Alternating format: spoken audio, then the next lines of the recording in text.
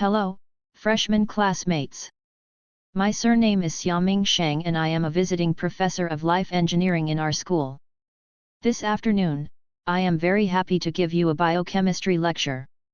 Before the official start, I would like to ask someone, have you ever been exposed to this subject? In the back row of the lecture hall, a boy's voice came, "Teacher, I have cleared all the Resident Evil, does this count?"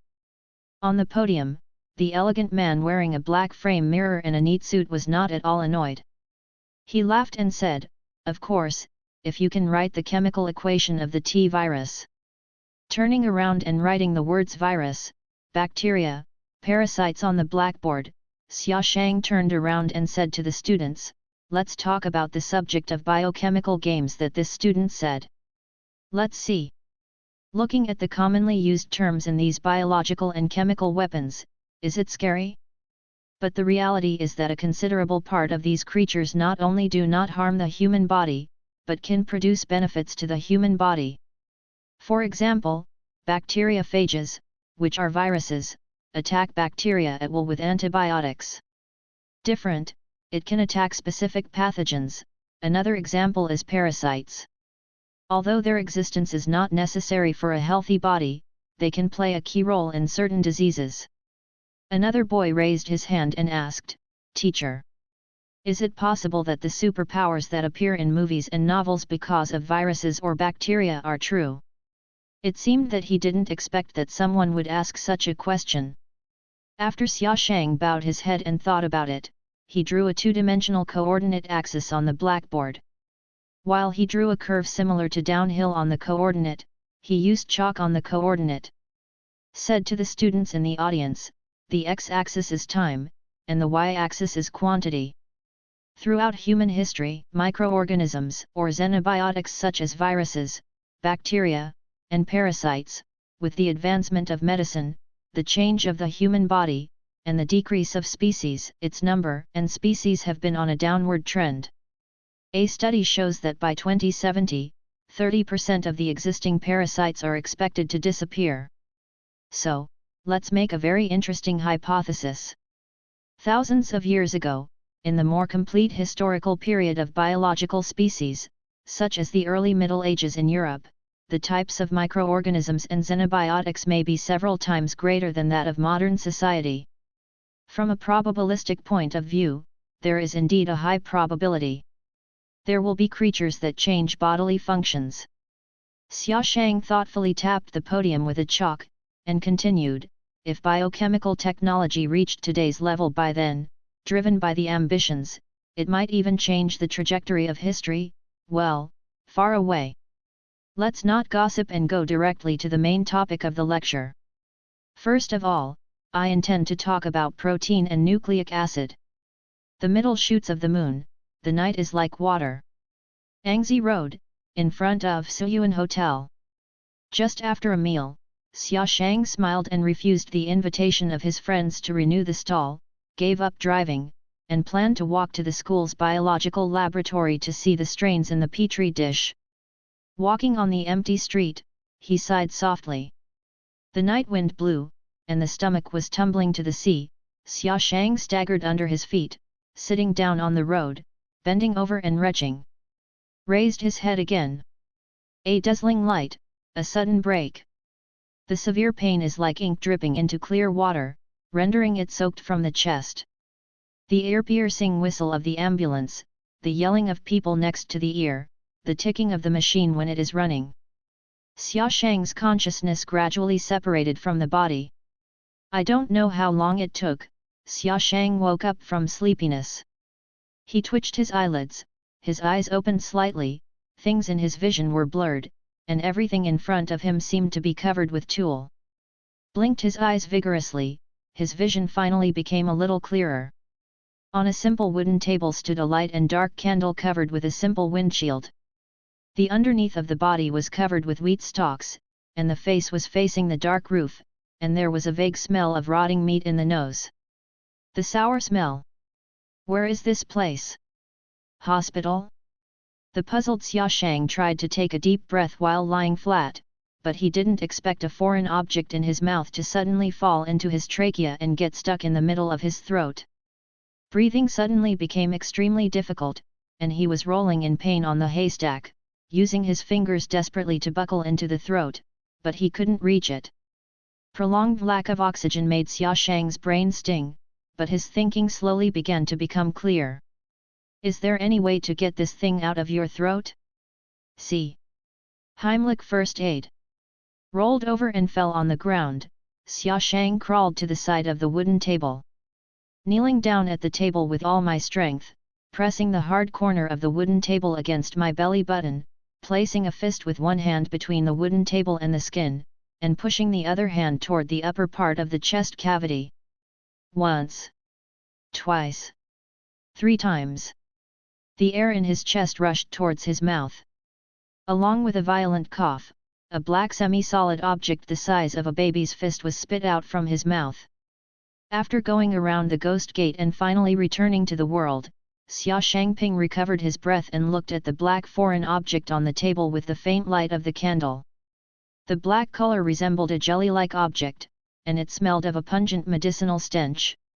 Soon, under the candlelight, looking at his thin hands, he discovered an even more shocking fact. The 28-year-old mature man has turned into a boy. Coupled with a medieval dress in a hemp corset, and a wooden cross on the chest. Crossed. Covered his face in distress with both hands, Xia Shang pulled out his hair forcefully. Although I have seen similar plots in novels and movies, when it really happened to me, the first thing that came to my mind was helplessness and despair. It took a few minutes to calm down his mind, and the temperament he had cultivated through long-term scientific research helped him gradually regain his composure. First of all, 3 things must be figured out. Who am I? Where am I? What happened? Raised the candle on the wooden table and looked around. A small closed room, a small window opened under the roof, and a wooden door leading to the outside.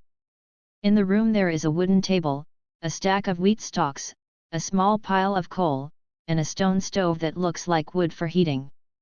The chimney of the stove is forked at 2 ends, one through the roof and the other through the wall reaches the next room. Xia Shang tried to push the door with both hands. The wooden door didn't move.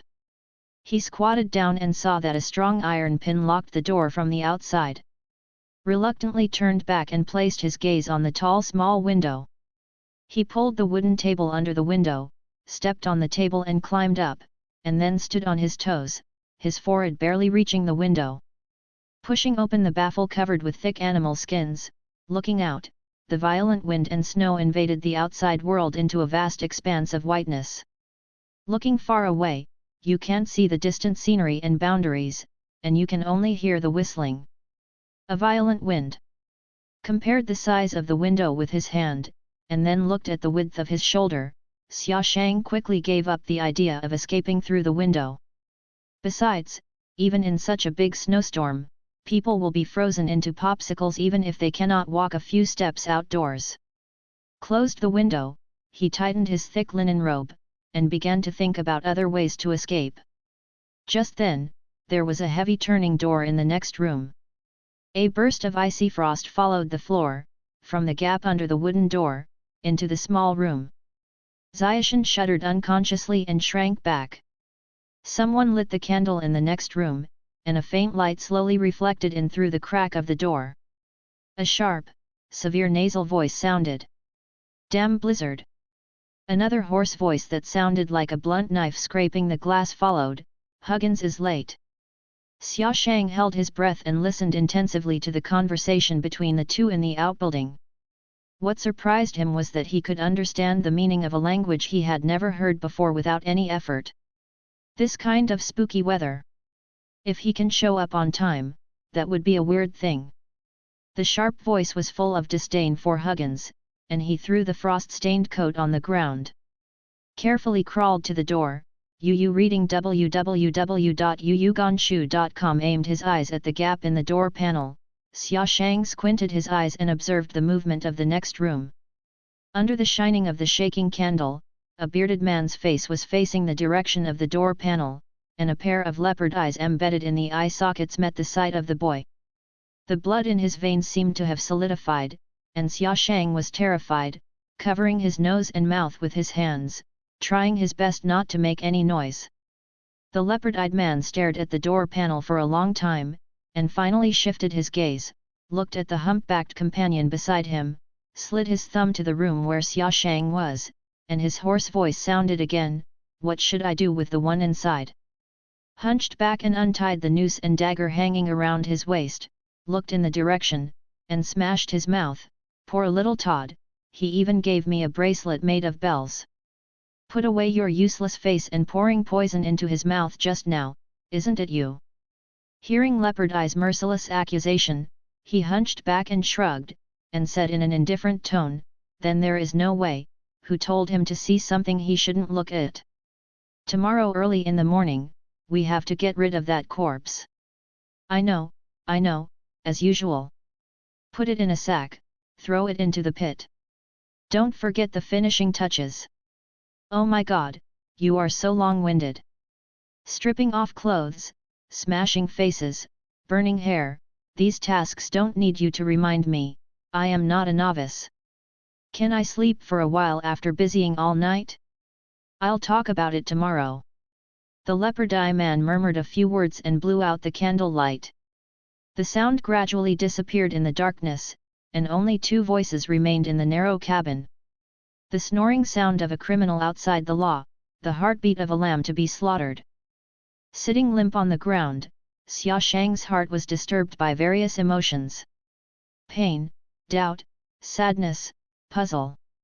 Buried his head between his knees, clutching the soil under the wheat stalks with both hands, everything in front of him brought this young man who had been living in peace for 28 years with a huge sense of unreality. What kind of crossing, fake? In the novel TV, as soon as the protagonists wake up, someone immediately calls the Lord Duke and Your Royal Highness to eat or drink. At the worst, I should have jumped out a beautiful little maid, shyly shouting to myself, "Master, are you awake? It's my turn, only a thin body and a few hours of life?" Trying to stretch his right hand into the empty darkness, Xia Shang said in desperation, "Invincible upgrade system." Nothing happened. Universal gold finger. Still nothing. Farming space. Important artifact. Peerless martial arts. A grandpa with a white beard is fine. The only response to him was the sound of wind and snow outside the window.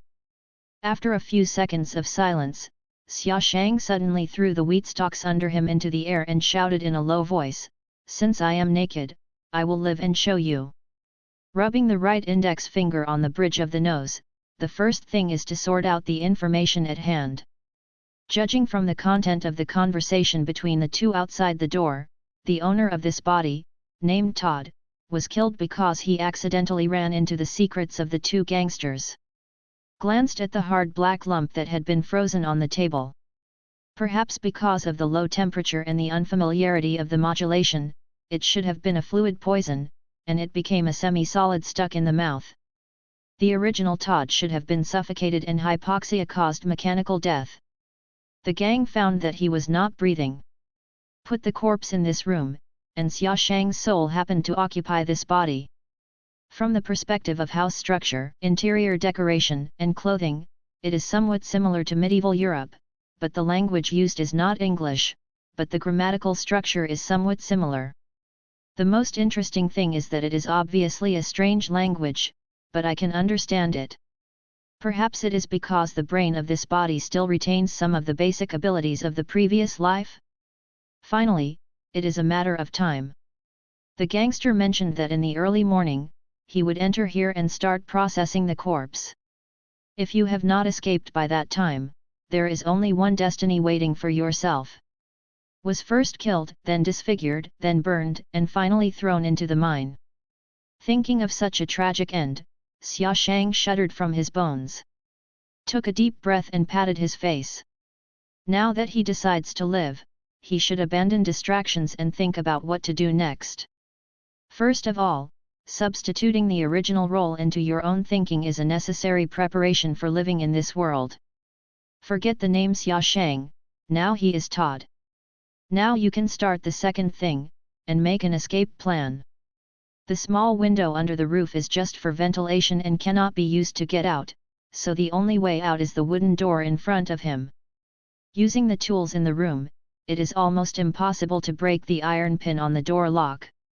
But these wooden boards on the door look old, and if there is a handy guy, maybe a big hole can be pierced.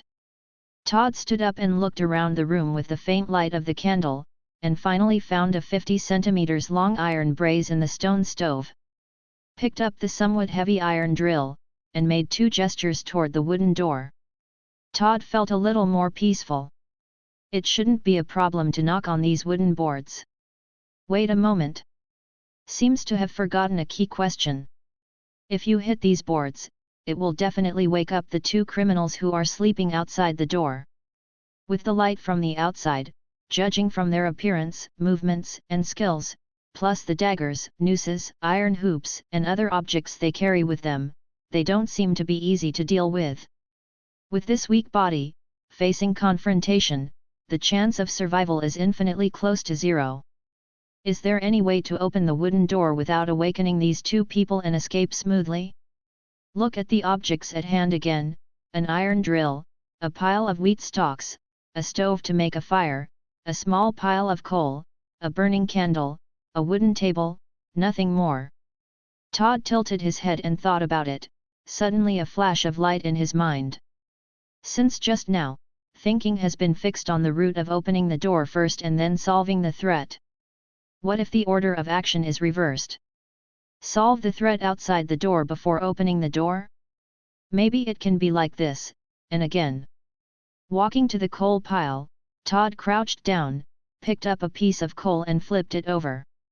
Came to the stove where the fire was lighted again, opened the iron door at the mouth of the stove, and looked inward.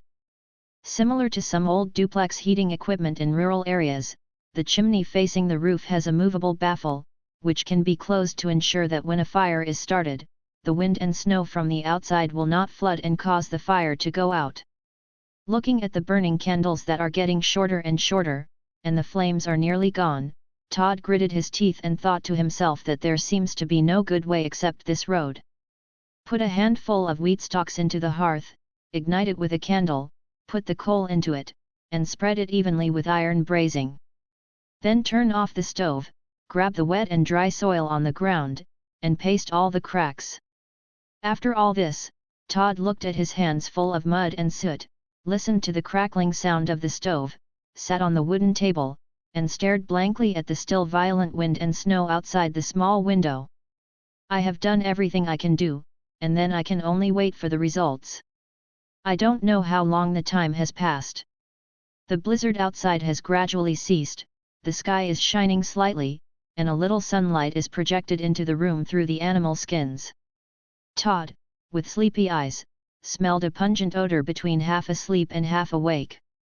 Slowly raised his head and opened his eyes, a familiar chemical term appeared in his mind. Sulfur dioxide. The boy, who was awakened suddenly, shaking his groggy head, quickly stood on the wooden table, opened the small window of the skin, and breathed in the fresh air. So close. Just now, due to fatigue and sleepiness, I accidentally fell asleep. The carbon monoxide generated by burning coal will combine with the hemoglobin in the blood after entering the human body to produce carboxyhemoglobin, which in turn prevents the hemoglobin from combining with oxygen, causing hypoxia in the body tissues, leading to suffocation and death of the human body. It is colorless and tasteless. Such poisoning is impossible to detect at all. Fortunately, the coal used as fuel is not pure coal. The sulfide contained in it burns to form irritating sulfur dioxide gas. Coupled with the experience of exposure to various chemical gases in the laboratory, he wakes him up from sleep in time. Looking out from the small window, the sun has climbed halfway up the mountain, and the snow-covered mountains reflect dazzling golden light. Within sight, some tree trunks exposing the top through the snow, and a small icy stream can be seen. Farther away are the mountains surrounded by clouds and mist. If you are traveling on vacation, this must be a great place with great scenery. But now, Todd cares more about the movement in the next room. Is silent. I remember the two said that they should come in early in the morning to deal with the corpse. For safety, it is better to wait for a while. The sun rose up in the sky, and the white light reflected from the snow pierced people unable to open their eyes. Counting the time, it should be almost 8 or 9 now, right? With a gambling mentality, Todd opened the baffle of the chimney on the roof, and the exhaust gas accumulated in the chimney and the stove passed through the passage and rose into the sky. Waited for a while, but there was still no movement outside. The boy suffocated his breath, climbed down the wooden table, raised the iron drill and tentatively knocked twice on the wooden door. No respond. Put more force on his hand and knocked on the wooden board to open a small door for a single person to crawl through. Todd knelt down cautiously and walked through. The first thing that catches the eye is 2 tragic dead bodies. The humpbacked man lay in a pile of animal fur, with a pool of vomit flowing out of his mouth. His skin was flushed but his expression was not painful, he died directly in his sleep. The leopard-eye man was not so lucky. It seemed that he should have been awakened by the smell of sulfur dioxide in the middle of the night, but due to confusion and cardiopulmonary failure, he completely lost his mobility after climbing a few meters toward the door, and finally suffered from hemiplegia and hypoxia. Painfully died with heart palpitations. He smoothed the violently beating heart in his chest. Todd forced himself to look away from the corpse, reading www.yuyuganshu.com, while still holding his breath, ran to the end of the room and opened the heavy fur. The sheltered door allows fresh outdoor air to flow into the cabin again. Fell on the snow outside the house, ignoring the cold environment. Todd wiped his head, face, and neck with snow water to help the body speed up blood circulation, while breathing heavily to accelerate the gas replacement in the lungs. After a while, the boy who was finally relieved, tightened his clothes tightly, first looked back at the cabin, then stood up and looked into the distance. Todd's hut is located on a desolate hill. Judging from the dried meat and fur on the porch, it is indeed a hunter's hut.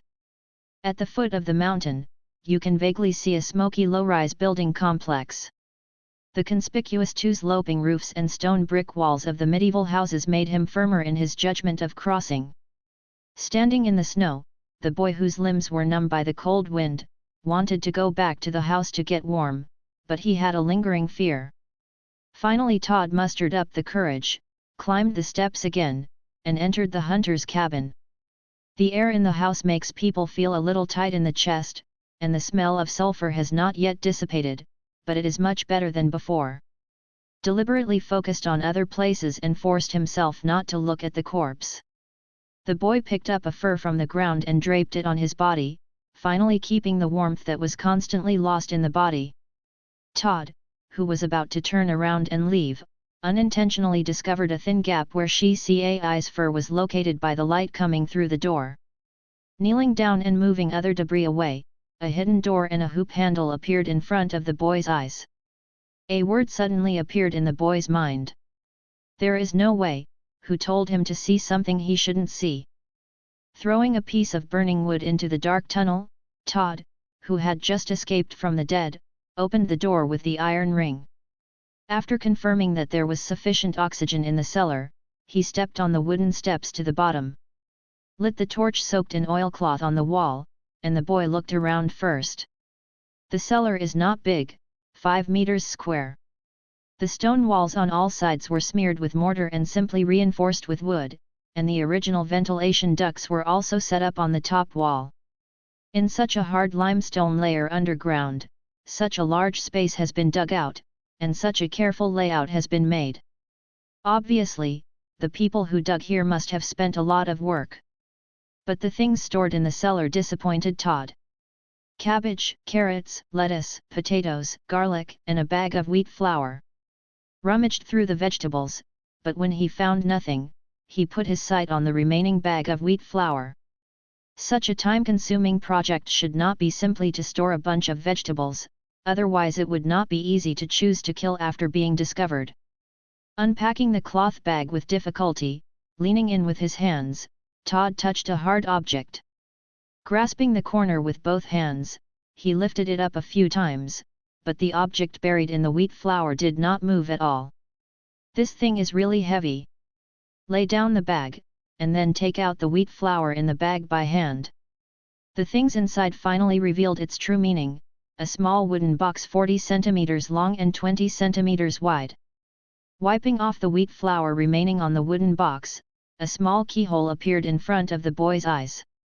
Seeing Todd, who was in a daze at the keyhole, sitting cross-legged and thinking about it for a while, suddenly thought of a possibility. Followed the wooden steps and climbed onto the floor of the hut again. Todd bit his teeth and looked at the two corpses on the ground. The key to the wooden box is most likely on their body. Contacting or even dissecting cadavers was something he had done in previous lives, but it was purely academic research work, and now he has to reach out to the humans he indirectly killed, and he still feels a little bit conflicted in the end. After a psychological battle, Todd's curiosity finally prevailed. Stretched his hand as far as possible, tilted his head back, and fumbled for a long time on the victim's body. The boy finally found a key to the iron ring on the waist of the hunched man. Returned to the cellar, followed by the light of the torch, flipped the key over, and finally saw one that was about the size of the keyhole. Todd gently inserted the key into the keyhole and twisted it clockwise, only to hear a light click inside the lock, and the lock was unlocked. Looking inward, he finally understood why the wooden box was so heavy. It turned out that not only the sandbags for buffering were stacked, but also a cylindrical black box made of lead blocks was placed. The box was divided into two parts, the upper and lower parts, tightly closed together. No keyholes were visible, only the front was installed with 16 copper 6-sided rollers are made. Each side of the rollers has a letter, and the 16 rollers are different. C, R, H, D are English letters. There are English letters in this world too. Look at this arrangement, is the anagram lock. Todd has seen similar objects in museums in his previous lives. Each wheel has a letter on each side, and it can only be opened by scrolling to the correct position and synthesizing a password. This kind of letter lock is very complicated in the eyes of ordinary people, but it is actually regular. For example, E, T, I, O, A, and N are the most commonly used letters with the highest frequency. The splicing of syllables and the composition of vowels and consonants are also traceable. But there is a prerequisite: the answer to unlocking cannot be a piece of meaningless letters. In the last life, the soul called Xia Shang often lost time in academic research. In Todd's body, this characteristic has been vividly manifested. Unconsciously, the charcoal on the stone walls on all sides was filled with the arrangement and combination of letters, and the boy had basically confirmed several characteristics of the answer. 1. The answer is a sentence or a combination of words. 2. From the letters in terms of arrangement, the text of the answer belongs to Latin. Cask, no, Nasan, 16 letters, this arrangement is familiar. A sentence came out of Todd's mind, nascent _morimer, living to death, a Latin proverb, but this sentence is marked "What do you mean here?" Adjusted the roller to the correct position, and the upper half of the solid lead rod moved a few millimeters, cracking a small seam. Moved the upper part again with both hands, and a shiny copper tube 10 centimeters long with the thickness of a thumb appeared in front of the boy. Breaking through the barriers, Todd took out the final result carefully. I took a closer look at the light. The copper tube is very light and has almost no weight. The barrel material should be hand-polished and the workmanship is extremely fine. Under the light of the fire, a faint relief can be seen faintly. Once a person meets the lowest level of survival needs, curiosity will become the most terrifying thing in the world. This kind of curiosity can even make the soul in this body ignore the safety rules that he often chanted in his previous scientific research work. The first and most critical one: under any circumstances, treat all unknowns with a cautious and conservative attitude. Yu reading www.yuyugonshu.com with a click. He twisted the lid above the copper pipe, and Todd looked at the inside of the copper pipe. A puff of grey-white smoke was released from the inside, and hit his unprotected eyes. Ah! Ah! The burning sensation like a flame burned from the cornea of the eyeball along the optic nerve into the brain. Throwing away the copper tube in his hand, Todd covered his eyes and wiped it hard, but there was no way to relieve the fiery head pain. It felt like putting the whole head into a furnace of thousands of degrees, burning it and then placing it on an anvil and being repeatedly beaten by a sledgehammer. Slammed his head against the stone wall, his forehead cracked one after another, blood dripped down his cheeks to the ground, but there was no way to relieve the pain in his head. He kept groping with his hands on the ground, but his body was tripped to the ground by the debris. Todd's hand grabbed forward, accidentally caught a few garlic, subconsciously crushed it, and rubbed his eyes. The sour and painful sensation brought by the garlic clove juice brought a new source of pain to the boy's eyes, but it diminished a trace of the pain in the brain. In order to relieve the severe pain in his brain, Todd fumbled for more garlic from the ground, crushed the garlic cloves, dripped the garlic juice into his eyes, and stuffed the garlic paste into his mouth. I don't know how long this kind of action lasted. The boy, who was covered in flames, lost consciousness and closed his eyes on the ground. When Todd woke up again, the darkness in front of him, his body lost all the ability to move, he felt someone moving his hands and feet in a daze. Moved his lips with the last strength. Who? There was a thick voice speaking to him. Little guy, my name is Hudgens.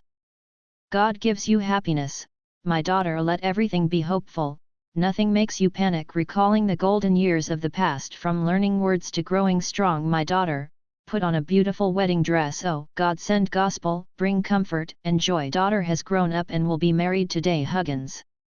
For God's sake. Don't sing. Todd, who was blindfolded by layers of cloth, lay on the four-wheeled wooden cart, covered his ears with his hands, and drove towards the top of his head. The people made a solemn protest. Accompanied by the sound of the wooden wheel rotating shaft, a strong male voice came from the front, ha ha ha ha. Little guy. My singing voice was famous in the village back then. It can make the geese collect their wings and stop the hares. I think your voice can scare the wild goose into urinary incontinence and scare the hare into Parkinson, right? With such defamation, Todd raised his head slightly, pointed to the gauze in front of him, and asked Huggins, when can I take this thing off? You can try it now, but I don't guarantee that your eyes will be fine. Helplessly put down his arms, the boy asked again, where are we going? Go to where we belong. When you get there, what will you do to me? Little guy, it depends on you. Dropped his head heavily on the car plate, and Todd gave up struggling and put his body into a big shape. Well, why do you give me the same answer every time? With a kindly ridicule, a deep voice rang in his ear again, well, why do you ask me the same question every time? Pointed his to the other party, and rolled over like angrily, feeling the bumpy road under him, and Todd recalled the experience of the past few days. Was brought out from the cellar to today, 7 days have passed.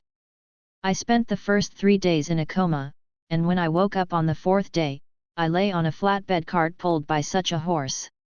After this period of time, this man who claimed to be Huggins kept taking himself on the road, even eating, sleeping or even defecation, within 3 steps of the carriage. For such a long time, the eyes have not improved. Even if the gauze is secretly lifted, all he can see is darkness. The only comfort is that the pain in the brain is slowly fading. Asked several times, although the other party did not tell the direction and destination, but through the change of the direction of the light and warm, it can be distinguished that the carriage is traveling all the way to the south. It's not that I haven't considered running away and hiding in the middle, but first, like myself, even if I can get away and walk on this strange land like a blind man, it's nothing more than seeking a dead end. After several conversations, I could vaguely feel that this man didn't seem to be malicious. Hudgens never mentioned the 2 corpses in the hunter's cabin from beginning to end, and Todd would naturally not be stupid enough to take the initiative to bring it up.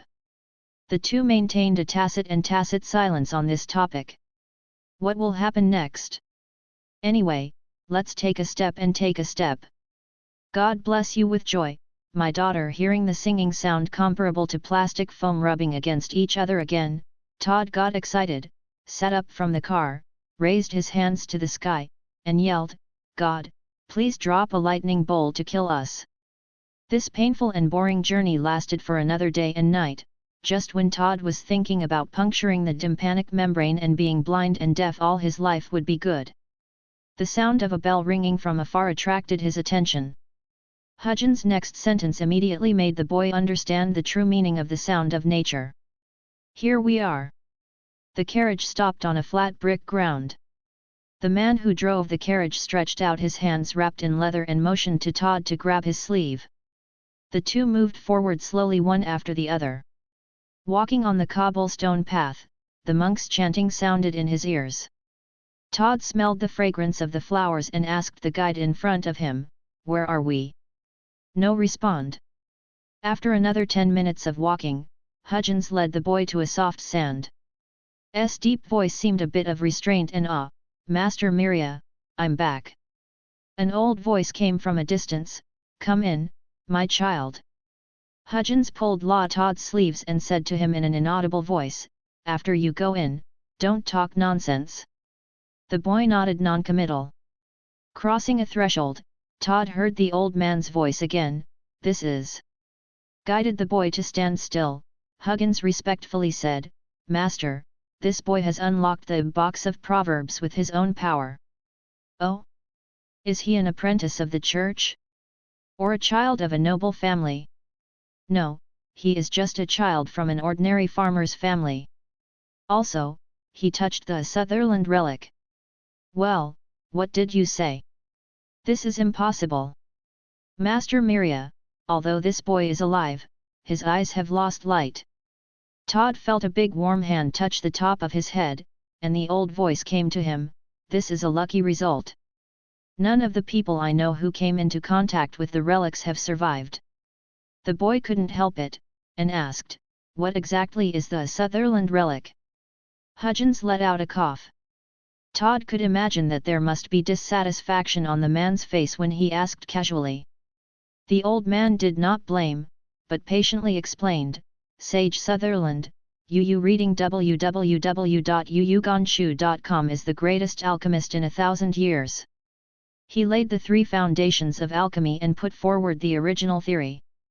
Later, he was burned by the fanatics, and his remains were divided into several parts and preserved all over the world." Todd's face is getting darker and darker. "Dare I be sprayed by the ashes of the dead?" Master Miria continued to explain, "It is rumored that Sutherland's remains have incredible power, but after so many years, those who try to touch the remains died of death and turned into dust." With a tentative tone, Hudgens asked the old man in a low voice, "So, will this boy be one of us?" Master Miria's tone was uncertain, "I don't know, after all, there is no precedent to follow. First, let me try to heal his eyes." Confused, listening to the conversation between the two is like a book, and Todd's face is full of doubts. The old man put his hand on the boy's eye. Todd suddenly felt a warm force, stimulating the nerves around his eyes. After a while, Master Miria removed the palm of his hand and untied the gauze wrapped around the boy's eyes. Slowly opened his eyes, slowly adapting to the change of light, and seeing the light again, Todd was shocked to find that the scene he saw had completely changed from the past. Through human clothes, he can see the flesh and bones under the skin; through the wooden boards of the cabinet, he can see the folded bedding inside; through the masonry roof above his head, he can see the sun hanging in the sky. Tilted his head and found half of the ham that Hudgens had hidden in his arms. Todd pointed to his pocket and said angrily, "Didn't you say this morning that there is no meat and only bread?" Watching the man take out the ham from his arms, Master Miria laughed, "That's right, he is one of us." Stepping on the cyan stone bricks and walking in the magnificent church, Todd was finally able to see the world with his own eyes once again. The long central hall is arranged with a tubular arch made of stone. High side windows are distributed on both sides of the roof. The floor and walls are alternately paved with dark and light marble. Metal grills, there are carved stone screens, choir chairs, wood carvings on the preaching stand, and sculptures of the Holy Spirit. Rotating and watching everything around him, Todd was amazed. In his previous life, he never imagined that one day he would be able to travel to such a medieval world. The monk in grey robes passed by the boy and cast a strange look. His gaze penetrated the white robe, and Todd saw the blood and organs in their chests. When the monks looked at their leader Harkins, their heart beats faster, and their footsteps became rushed. Nervous? Fear? Returning his gaze to the man in front of him, Todd noticed that Huggins had a standard Slavic face, with a long skull, a high forehead, low cheekbones, thin lips, a slightly raised chin, and a tall stature. Thin, pale, and neatly combed goatee into pigtails, the whole really gives a sense of fierceness and inaccessibility. But after a few days of getting along, Todd felt more and more that this man really couldn't find anything terrible. His appearance is just appearance. Huggins is calm and thoughtful, but he has a cheerful personality and loves to sing. There is only one place that makes people a little concerned. From the first meeting, Huggins wears a pair of leather gloves. He has never seen him take off the gloves during the journey. Maybe it's a wound on the hand, maybe it's just because of habit. Spent more than an hour strolling around, and Todd gradually understood his place and time through the introduction of men along the way. From the perspective of the development of civilization, the world that I traveled through, the level of technology and culture is similar to that of medieval Europe at the end of the 12th century and the beginning of the 13th century. From the geographical environment, according to the achievements of navigators and cartographers, the whole world is divided into a continent and several islands. The extreme north end of the continent is covered with snow and ice all year round, and the rest of the land is cut into several terrain areas by 3 horizontal and 2 vertical mountains and 2 large and 3 small lakes. The archipelago area in the northwest, the plain areas in the midwest and southwest, the highlands and snowfields in the northeast, the desert areas in the east and middle, and the grasslands in the southeast. From the perspective of national distribution and religious regions, the central and western regions are composed of the papal state and the secular state, and believe in the Church of the Father. The place where Todd is located is the San Sidro Monastery next to the Kingdom of Silver Ring in the western seaside area. Speaking of San Sidro Monastery, this building with a history of nearly 100 years is a landmark building on the Moon Creek Plain. In order to commemorate the ascetic monks of Sidlo, the Silver Ring Kingdom built the prototype of this monastery in 1031.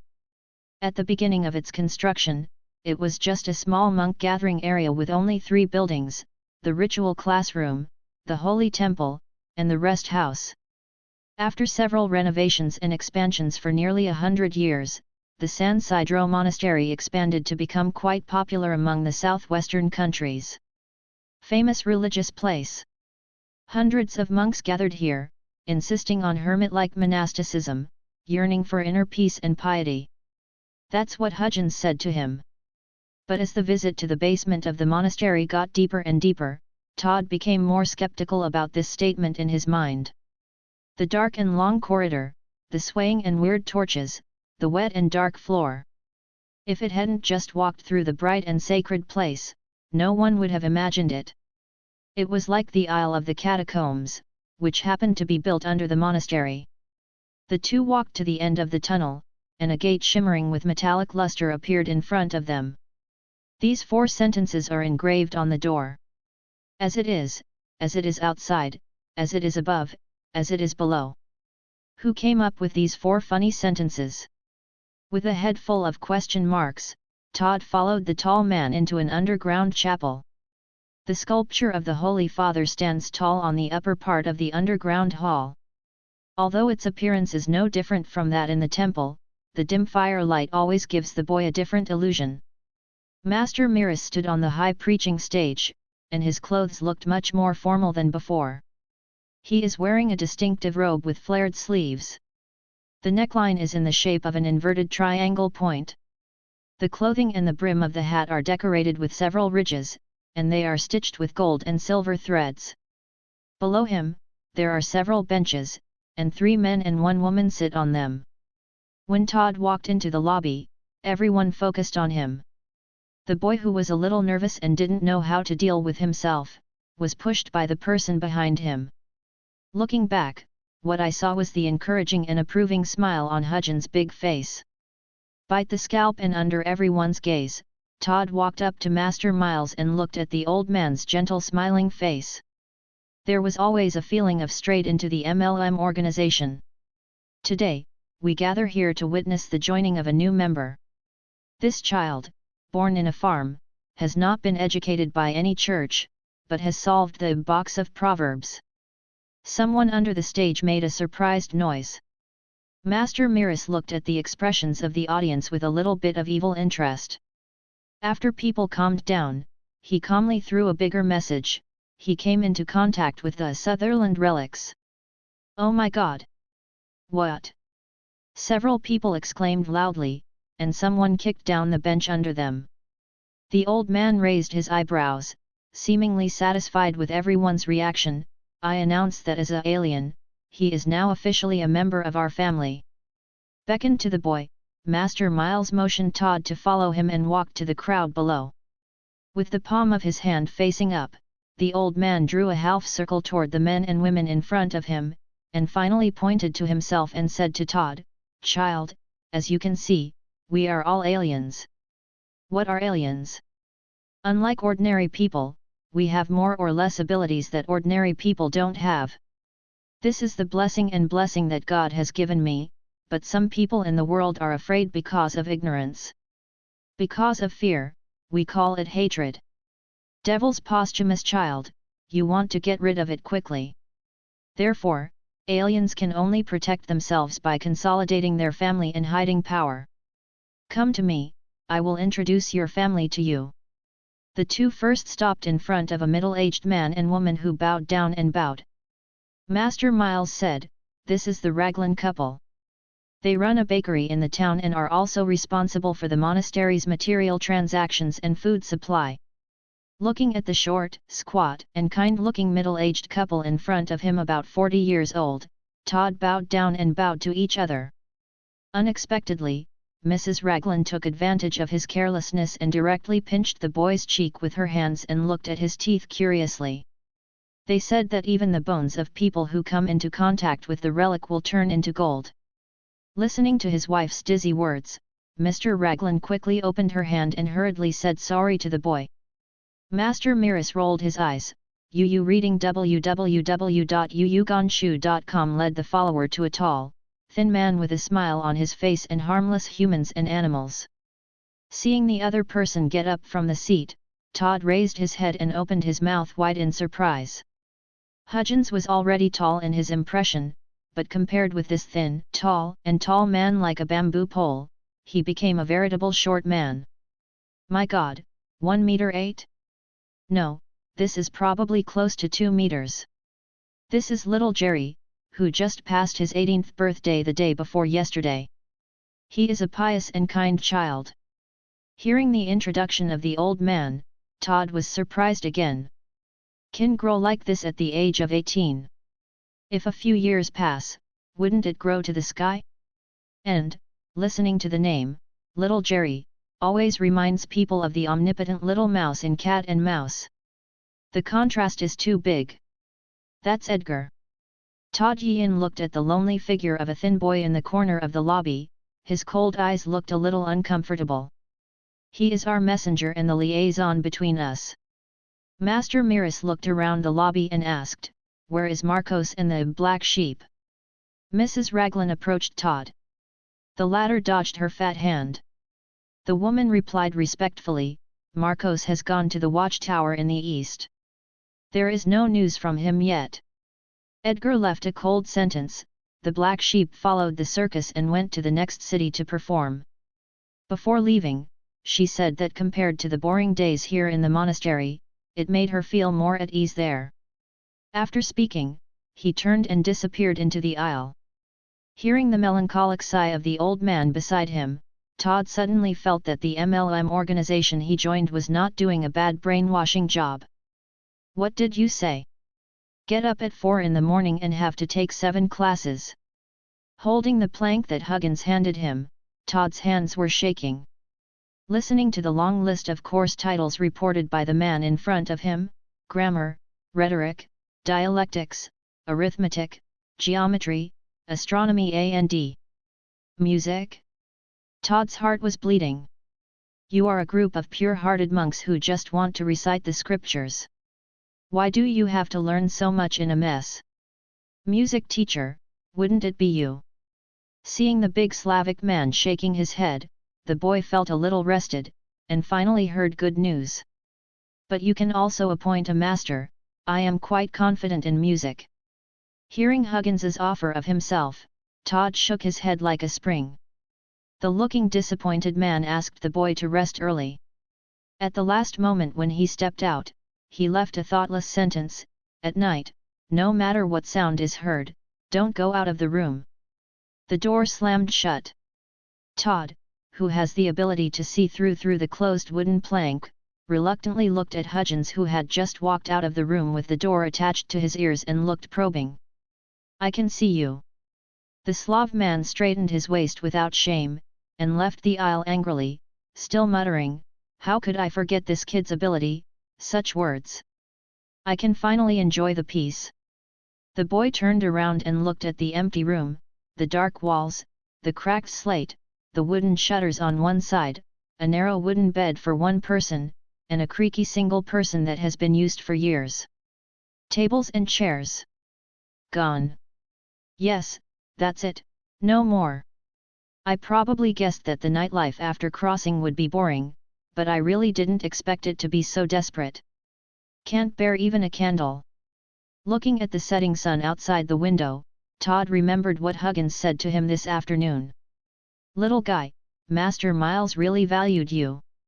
He gave you a single room with the best conditions and arranged the best master for you. If the conditions in the best single room that you live in are all like this, then don't you know how bad the living environment of those practicing monks will be? Maybe you can think of ways to improve it. Lying on the wooden bed, his mind was full of miscellaneous thoughts. Todd didn't even realize that this was the first time he slept on the bed peacefully since he traveled to this world. He thought of his past life for a while, and the future for a while, so he fell into a dreamland groggy. Late at night. The blue stone floor of the room was trembling, and the man's painful wailing and frantic roars faintly floated in his ears, awakening the sleeping Todd from his sleep. After tossing and turning on the bed for a long time, Huggins' warning still echoed in his mind, but the curiosity of the scientific researcher in the soul of the past life finally prevailed. Crept out of the bed, gently opened the door, and just walked a few steps outside, he heard a gloomy voice behind him. Where are you going? Fell in a trough. Like a ghost, Edgar, the little kid pacing slowly out of the darkness, frightened Todd and sat down on the ground, and a Chinese sentence came out of his mouth. Was expressionless, and looked at Todd coldly. You better listen to Uncle Harkins and go back to bed. Listening to the other party's admonition, very unhappy, Todd returned to his room with no other choice. The screams of men still came from time to time in his ears. He could only cover his ears and force himself to think about other things and divert his attention. Maybe half an hour has passed, maybe half of the night has passed. The screams and tremors gradually subsided, and everything returned to calm. Looking at the distortion that he imagined in the darkness of the room, Todd couldn't sleep anymore. This awakening lasted until the moon sank and the sun did not rise. It hasn't arrived at 4 in the morning. Someone knows that they beat their waist clock to remind all monks to get up for morning classes. Todd didn't sleep well all night, put on the monk's clothes on the wooden table, opened the door and walked through the long side corridor, joining the marchers. I don't know when. Huggins also came to the team, looked at the dark circles on the boy's face amusedly, and said, about once every 3 days, just wait for you to get used to it. What? When Todd wanted to ask more, he saw the man disappear at the end of the team. Half of the sky is stained by the sun below the horizon, half of the sky is still shining with stars, and all the monks have gathered in the main hall of the monastery. Everyone consciously divided into several teams, occupying different areas of the main hall, and reciting the church's admonitions in unison. The Heavenly Father of all living beings, the only God, brought us from the swamp and the bitter ground into the dust. You should remember the precepts. In this world, all the thoughts, the total order of all things, are unique to you. Todd followed the monks and read the teaching aloud, and the more he read, the more he felt an inexplicable sense of familiarity. The religions of the past and the present are indeed similar in many places, but they are different. After the morning class was over, I watched the monks scattered around one after another. Some people began to study the morning homework. As an assistant, the boy stood in the empty main hall, touching his groaning stomach, completely dumbfounded. I say, how about breakfast? I got up at 4 o'clock, and after chanting for so long, you European monks, don't you plan to fill your stomach in the morning? In desperation, he poured cold water indiscriminately, and Todd, who had nothing to do, had to sit on the steps of the side corridor in a daze. Fortunately, Hudgens found him. After walking with this little guy for a few days, the Slavic man, who knew his work and rest habits, secretly stuffed half of rye bread into his arms, and then took him to Master Miris's class. When he arrived in the old man's classroom, Todd realized that Hudgens said yesterday that he was valuing, and he was right. Next to the wooden shelves piled with books, there is a 1-meter square desk and 2 wooden chairs standing opposite each other. Today is actually a Oneonon class between Master Miles and Todd. Signaling that Hudgens can leave first, the old man took out a stack of yellowed pages from the bookshelf, sat down opposite the boy, pointed to the letters drawn on it, and said, "Considering that you don't have any educational foundation, I will spend a morning time, teach you the basic reading of the holy text." Grabbing the edge of the desk, the new student glanced at AA, BB, CC, DD. On the page secretly said in his heart. Sure enough, the official language of religion here is Latin. 3 minutes later, when the farmer's child read the alphabet without obstacles, Master Miris's wide-open eyes were like a beacon in the night, shining with strange light. Todd moved the chair under him back, feeling a little uncomfortable. 6 hours in the morning. 6 full hours. Todd read through 2 ecclesiastical books written in Latin, an anthology of rhetoric, and several sample grammar essays.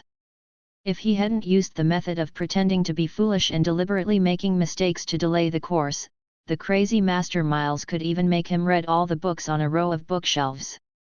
After coming out of the teaching class, the boy felt that his throat was smoking and a gold star was in front of him. The body that could no longer support, sat down on the grass, and rubbed his temples with both hands. Suddenly heard the ringing of the bell tower in his ear, and people around him walked towards the main hall. Todd looked at the sun hanging above his head, and suddenly realized that he was finally able to eat a full meal. With the joy of having a big meal and eating hesse, he followed the monks through the corridor, entered the dining hall, learned that the others had received wooden bowls and spoons, and lined up in front of several large barrels. Was not the buffet as expected, which made him a little disappointed. But this scene of queuing up for a meal reminds the boy of the university cafeteria scene. The difference is that the monks lowered their heads, no one whispered to each other, and even the coughing sound was inaudible, which made the soul of the previous life in his body extremely uncomfortable, and even a little creepy.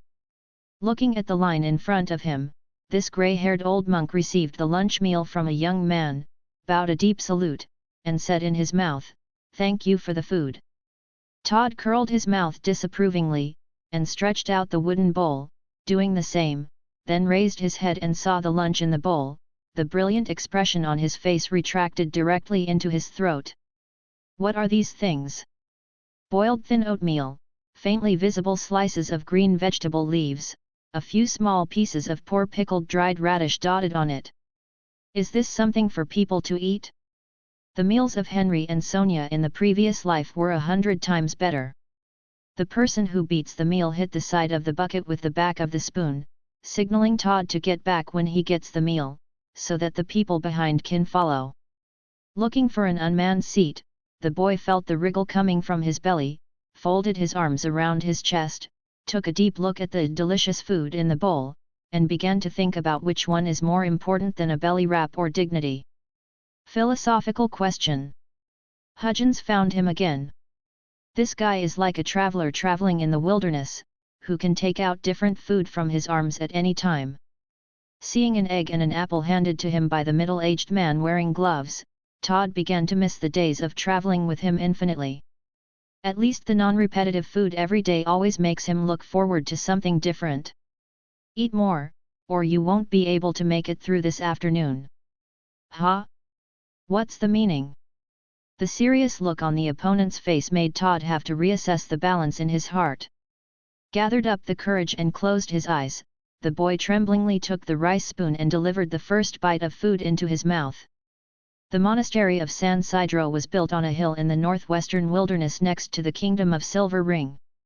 Its north is close to the source of the cloud-falling Star Mountains, the south is bordered by the Moon Creek Plain, the east is close to the Watchtower, and the rapids can be seen in the west. Island. Geographically, it is located in 4 different geomorphological areas of cross-grounding belts. Inside the monastery, with San Isidro Cathedral as the center, all the buildings will be arranged in the structure of a cross. On the right side of this cross is the residence of the high-ranking monks in the monastery. This is also to imitate the illusion in the holy books of the Church. On the left side of this cross is the collective residence of the monks. They live together, equal to each other, without distinction. The place closest to the main entrance of the monastery is the closest place to the secular world. It is a residence for visitors and the poor, as well as some other living areas. The farthest from there are the dead, whose holy souls are leading to heaven's public cemetery of the monastery. The cemetery is often built in the east where the sun rises, symbolizing the resurrection after death, but the residence of the visitors is arranged to the west, symbolizing the secular people and their mortal world. At the foot of the hill where the monastery is located, there is a cultivated field where common crops are planted for the monks to be self-sufficient. The cold of early spring condenses the moisture in the air into frost, making the soil under your feet icy. Wielding the simple wooden in his hand, turning the solid earth barrier, Todd finally understood the meaning of the Slavic man's words. Straightened his waist, patted his sore thighs, and looked at the farmland under his feet. He really wanted to ask someone to ask why it was so different from what he imagined. The monasteries in the literary works of the previous life often mentioned 10,000 acres of fertile land, countless serfs, clothes to stretch out their hands, food to open their mouths, and the wealth of the monks and even the wealth of the enemy. Are they all fake? Looked up and looked into the distance, wearing a patchy, worn-out cloth, Master Miles buried his head in the vegetable field, and Todd swallowed the complaint that came to his mouth. You don't look like a farmer's child. The whispers of the people behind him made his heart tremble. Edgar carried the wooden basket, picked up the stones and wooden branches in the field, looked at Todd's eyes. Reading www.yunsha.com was getting colder and colder. The boy who had never worked in agriculture sighed and planned to bend down again, but saw a black smoke rising not far from the foot of the mountain. What is there? Edgar sniffed, followed Todd's hand and looked back, and replied indifferently, workshop. The latter stared at the smoke and dust in the air, sank his head, secretly caressed in his heart. 2 hours later, the time came to 3 o'clock in the afternoon. This is also a rare break in the day at the San Isidro Monastery. Todd, who was breathing for a moment, wiped the solace of his feet, put on his cloth shoes, glanced at the little tail, Edgar, who was still following him, and came to the workshop built on the periphery of the monastery. Said it was a workshop, or to be precise, it might be more like a smelting room.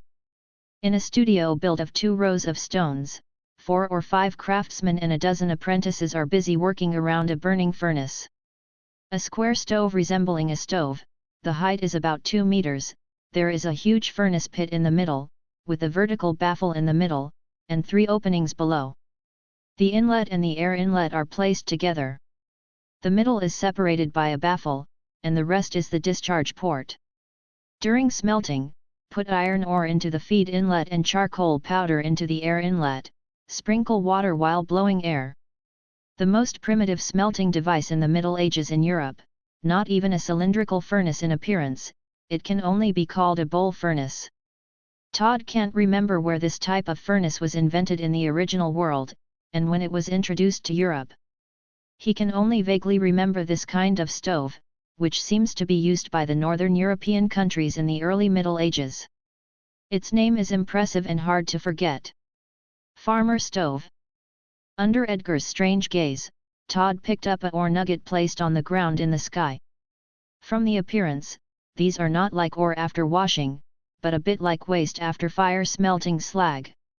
A smelting apprentice with a face full of charcoal, under the instruction of the craftsman, put aside his work and walked towards Todd, who was holding the ore and observing repeatedly. "My lord, what can we humble people do for you?" With a little surprise, Todd looked at the child who was bent over and lowered his head and his age, and realized that the other party was so submissive, mostly because of the monk's clothes on him. Frowning and looking at the cross on his chest, the novice monk desperately recalled the Western religious works he had seen, using words that were as reasonable as possible to make the other party less suspicious. "As a preacher authorized by the Father to walk on the earth, I have a few questions for you." There was a choking voice in Edgar's mouth. Todd's forehead was dripping with cold sweat, but fortunately, the craftsman apprentice in front of him did not look strange. Raising the in his hand, Todd asked, "Where do these things come from?" The apprentice replied respectfully, "North Quarry, as a gift from the Silver Ring Kingdom to the monastery." North Quarry.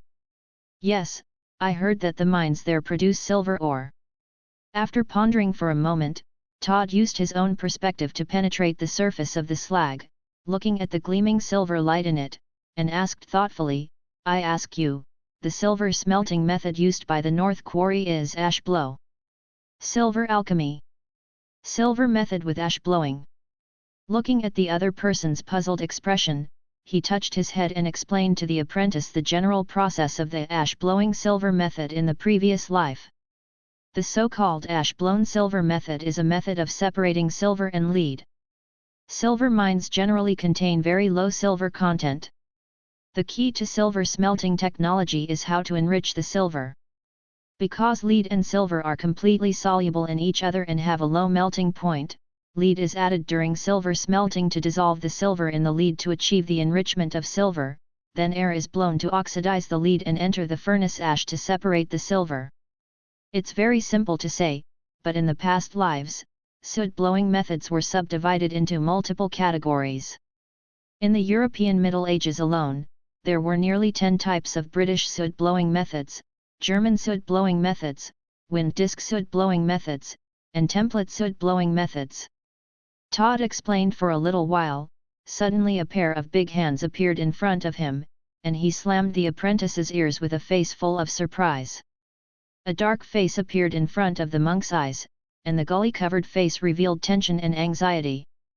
This old craftsman, who seemed to be about 50 years old, lowered his voice and whispered to Todd, "My lord, please.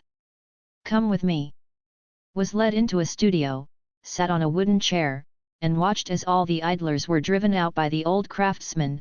Only one person followed him in swaggeringly. Edgar, this kid, with an indifferent look on his face, walked into the door and found a clean corner, leaning against the wall to look at himself in time. This caused Todd's forehead to float with black lines, and he secretly cursed in his heart, "Knowing that you was sent to monitor me, but how can you have such blatant surveillance under the world? Could you please hide in the dark and observe me, Loki?" The old craftsman closed the door tightly, waved away the curious apprentices by the window, stood in front of Todd respectfully, and said carefully, "My lord, you will kill us." Opened his eyes wide, the monk asked puzzledly, "Hey? What does this mean?" He took off the cloth towel hung around his neck and wiped his forehead. The old craftsman swallowed his saliva, although I have never heard of the ash-blowing method you just mentioned, it is similar to silver alchemy. I have heard a little. This silver alchemy technique is called Nathaniel Silver Lead Technique. The general process is similar to what you said, but only royal craftsmen are qualified to approach the detailed process. But in such an occasion, feel free to use it. Saying this will be very detrimental to you and us. Looking at the man in front of him, while speaking, he vaguely pointed his finger to the top of his head, and Todd understood what he meant in an instant. But this is really a very depressing thing. If I remember correctly, in the previous life, the ash-blowing method was invented by astrologers in 2500 BC. How come in this world, it was actually set by the royal family as a treasure? Technology barrier? Thought this in his heart, but he still wanted to let the person on the other side know that he was innocent. Todd said, "It turns out to be like this, but I'm ignorant."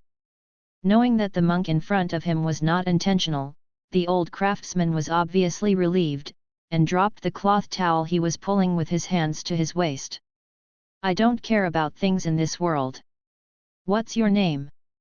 "Aiden, Aiden Calm, my lord." "Aiden, I need to ask you some questions." "My lord, if you ask, I know everything." Using the perspective ability to look at the metallic particles in them, Todd said, "I heard that these things come from the North Quarry. They don't look like freshly mined ore." Glanced at the in the hands of the monks, and the old craftsman took on the topic, "My lord, as you said. These are the wastes from the silver refined in the North Quarry. Why did the Silver Ring Kingdom give these scraps to the monastery?" Perhaps he misunderstood the other party's question. Aiden quickly waved his hand and said, "My lord, you may have misunderstood.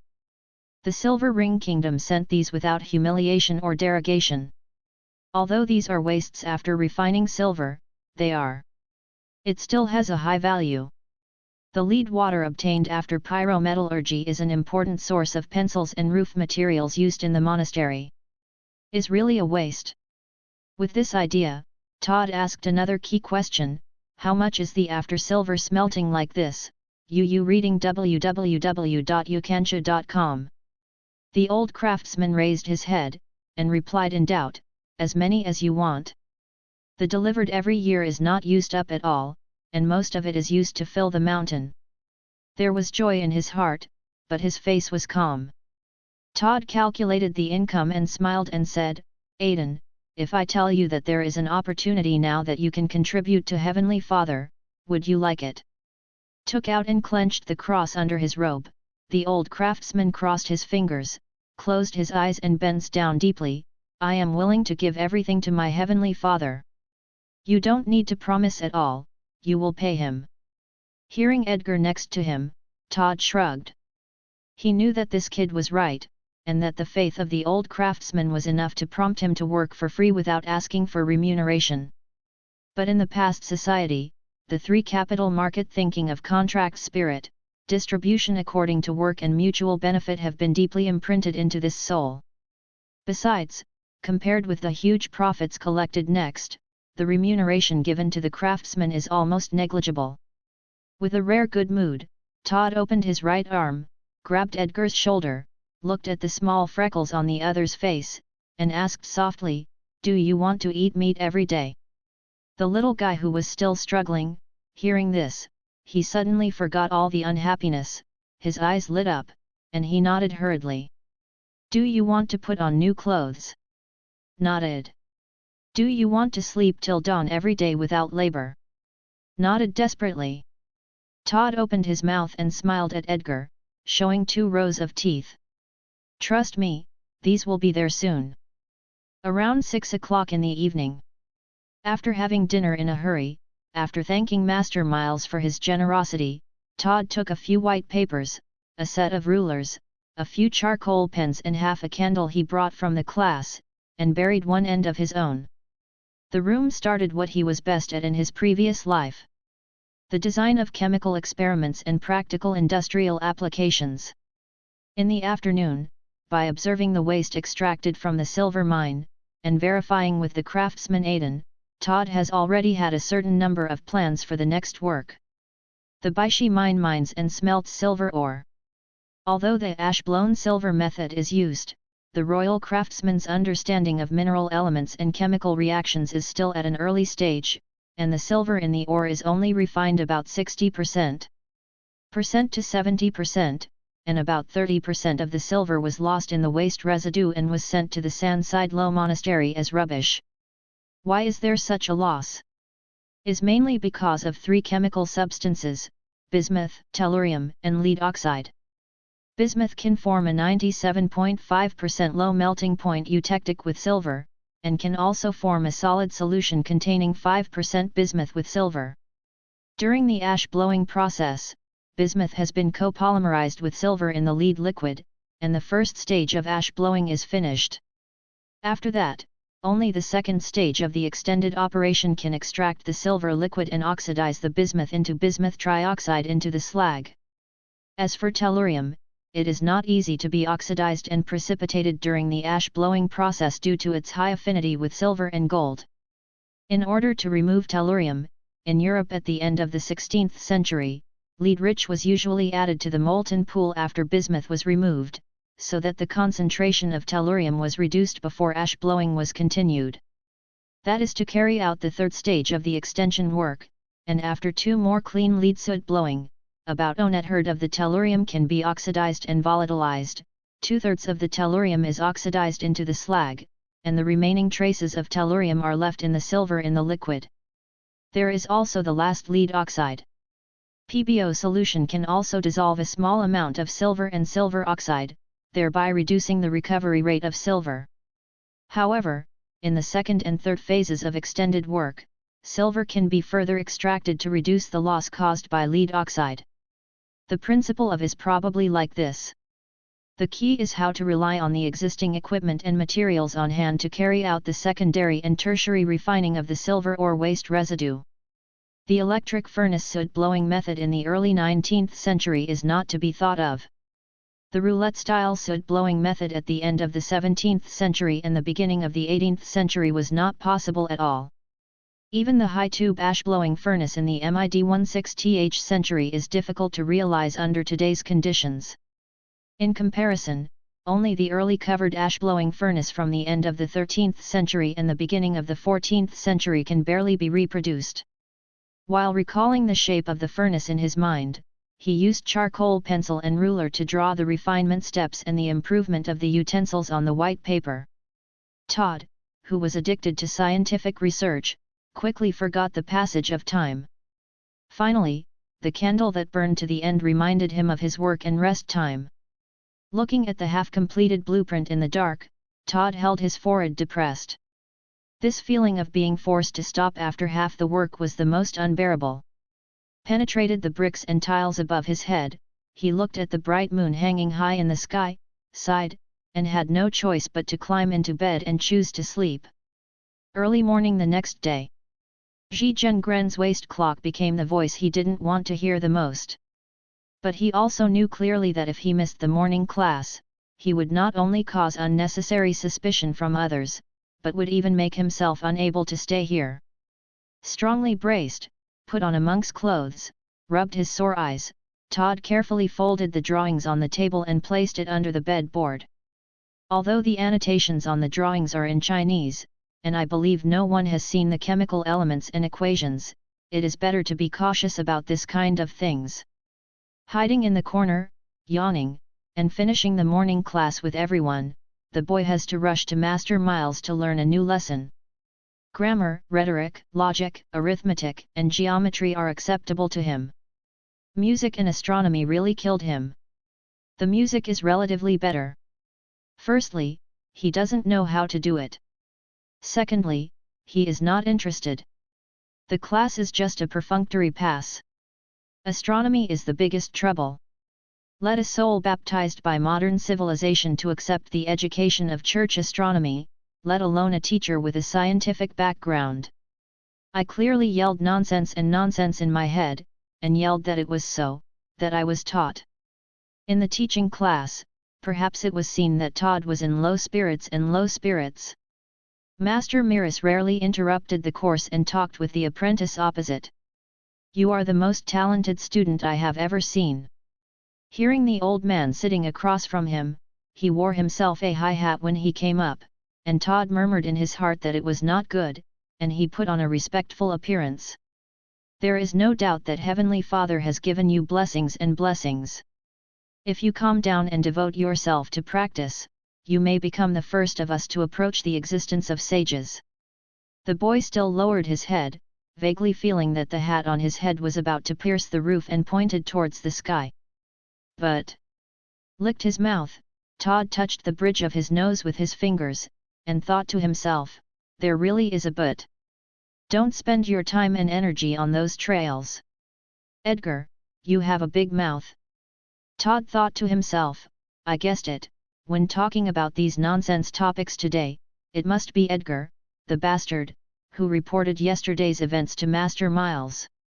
There are some unwilling boys who raised their heads and tentatively persuaded the old man, "Master, if I have a way, I can slightly improve everyone's lives. Isn't it possible to help everyone better understand the true meaning of the holy way?" "No. My child, this idea is not correct." In Todd's impression, reading www.uuganshu. This is the first time that Master Miras has such a serious look on his face. He only listens to him saying, "The expression of wanting to improve our lives is just an excuse for laziness and perdition. A comfortable life will wear down our will and slowness. Our minds are emptied of our bodies. The monks who are truly committed to the holy way should abandon all distractions and all vulgar things, and dedicate their life's spirit and life to the Father." The corners of his eyes twitched, and the apprentice wanted to argue again, but after thinking about it carefully, he realized that this was definitely not a good idea. He quickly buried his head and closed his eyes to prevent the old man from seeing his questioning and dissatisfied expression. After a long time, Todd suffocated a word from his throat. "I would like to follow the instructions of the teacher." After finishing the morning study, Todd walked out of the teaching class and felt that the world was grey. Obviously there are ways to eat exquisite food and put on brand new clothes. You don't have to work and run around in the dark every day, and you can devote more energy and time to research and academics. Why refuse to live like this? He couldn't understand. From the corner of his eye, he caught a glimpse of a figure appearing at the corner of the wall. Seeing clearly who the person is here, Todd was furious, taking off his shoes and holding them in his hands and rushing away, while swearing in his mouth, "Edgar, you little bastard! Let you tell the news about the bad old man." Following the fleeing figure ahead, passing through several corridors and passing several corners, Todd headed into a man's arms. Huggins, who had been waiting for a long time, dragged Edgar behind him with a grimace, and said to Todd, "I heard you have a way to let us eat meat every day." Todd was a little confused. What did you say?" Huggins patted his stomach, and then made a gesture of eating with his hands. "Didn't you tell Edgar yesterday, is there a way for us to eat meat every day?" With the big mouth hidden behind the man, he said helpfully, "You also said that we don't have to go to work in the ground." Gave Edgar a slap on the back of his head, and Huggins drew a cross on his chest. "Heavenly Father, please forgive our sins." The apprentice was a little confused about the other party's meaning, but, Master Miles said. The man reached out his hand to stop Todd's words, and whispered, "Master Miles is a servant of the Father. It is his lifelong pursuit to devote himself to cultivating, but I am not a monk." "Neither do I." Big Mouth followed. "Forward." Todd paused for a moment, patted his head, and the apprentice suddenly said, "So, I never wanted to be a monk." Huggins looked at him up and down, shook his head and expressed different opinions. "I can't see it, right? This suit seems to be worn by you voluntarily." Todd looked at the burlap linen of the two opposite people, and then looked at the monk dress on his body, completely silly. That day, he just picked up the clothes and put them on him. He didn't expect so much. Hugging around Todd's neck with his arm, Huggins talked and began to persuade him, "Actually, there is nothing wrong with being a monk. There is no need to run around for a living or worry about being homeless. Just like me in Egypt. Degas, one is the helper of the monks, and the other is the messenger of the monastery. Maybe one day he will die in a foreign land, and there is not even a person to collect the body. Todd heard that there was something in the other party's words. This was a reminder of past events that he was kind to himself. Hudgens moved his head closer, and stretched out his right hand to the apprentice. Let's work together. You will be responsible for telling me what to do, and I'll be responsible for finding someone to do it. How about it? Why not? Wanted to squeeze his head between the two, but couldn't find a gap. Edgar held up his hand next to him and shouted, "There is me, there is me." The brain was spinning fast. Todd weighed the pros and cons, and finally clenched his teeth and stomped Huggins's hand tightly. Done. Came to the monk's room and saw Todd's chemical equation and half-drawn practical design last night, although both of them were illiterate. But compared to Edgar's watching the excitement, Huggins can see more meaningful things. Text that has never been seen before. Complicated and difficult calculations. Exquisite equipment. Plus the fact that he was able to retreat from contact with Sutherland relics. The Slavic man said to Master Miras that Todd may be the saint child blessed by the Heavenly Father, and it has only been a few days from the initial questioning to the current wavering. What kind of miracle will happen to this farmer's child? Such a question naturally came to the man's mind. Todd looked back at Edgar with a vigilant look, and said to Huggins, "Is it okay to let him hear? I don't want to get a small report from behind again." Grabbing the angry little boy, the man smiled and said, "It is the job of this little guy to report your whereabouts to Master Miles. Please don't blame him more. But I believe that now, since I have joined us cooperation, he should know how to do it." Edgar shrank his head in Huggins's deep-meaning smile, and nodded lightly. Not caring about the expressions of the people beside him, Todd pointed to the drawing with a wooden stick, and explained what to do next in simple and understandable language as much as possible. "Thank you for this career as a teacher in your previous life." The boy's in-depth explanations made Huggins, a person without the slightest chemistry foundation, understand something. To put it simply, the Silver Ring Kingdom's technology for refining silver ore is still immature, resulting in about 30% of the silver nuggets remaining in the waste residue. This method can extract the remaining silver nuggets. Does that mean? Listening to Huggins' statement, Todd thought for a while, and corrected a small problem in the other party's words with a rigorous academic attitude, considering the temperature in the furnace, the purity of the lead, and the skill of the operation. We will start from the waste residue. The silver withdrawn may not be as much as 30%. The man sank down and asked, "So how many are there?" This question involves the final profit, and he has to care about it. After a mental calculation, Todd gave a conservative answer, about 10%. Huggins wore gloves, stroked the mustache pigtail on his chin, and began to think. The cost of ore raw materials is zero, and the waste is piled up at the foot of the mountain. Lead material is not a problem, as long as a little food can be obtained from the warehouse of the monastery, the cost is almost negligible. The only thing that needs to be spent is the wood and charcoal used as fuel, as well as the cost of equipment modification. As for what Todd said, what payment is paid to the craftsman, the man did not refute it, but he listened to it more as a joke. Hudgens calculated an account from the bottom of his heart and came to such a conclusion. This is definitely a good deal. Slapped his palm on the table, and the man said decisively, "Let's talk, what do you want us to do?" Todd stretched out his index finger. "Time, I need time to complete this set of plans. The usual morning classes and farming take up my precious time." Followed by the middle finger, "Material samples. I need some charcoal, waste residue, and lead-rich samples, which can help me modify the plan."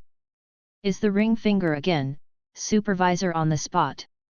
I need to observe and test the reaction process at the smelting site, so that problems can be corrected in time." Finally, the little finger, "Experimental equipment. With materials, I need a complete set of experimental equipment to identify and calculate the minerals and content. Hudgens pondered for a moment, and said, I can take care of the materials. UU reading www.uugonshu.com time, Edgar can help. But what is the experimental equipment? Todd draws on paper the most basic chemical experiment equipment in the past life, test tubes, beakers, measuring cylinders, distillation flasks, filter tubes, etc. on paper. The man's eyes lit up and he slowly said, I know there is a place with these things, but I need a few days to prepare. The morning of the next day. Hearing Ji Zhengren's bell, Todd got up habitually, changed his mind, and lay down again. With the idea of pretending to be sick if someone comes to investigate, it's rare to enjoy an hour of recovery.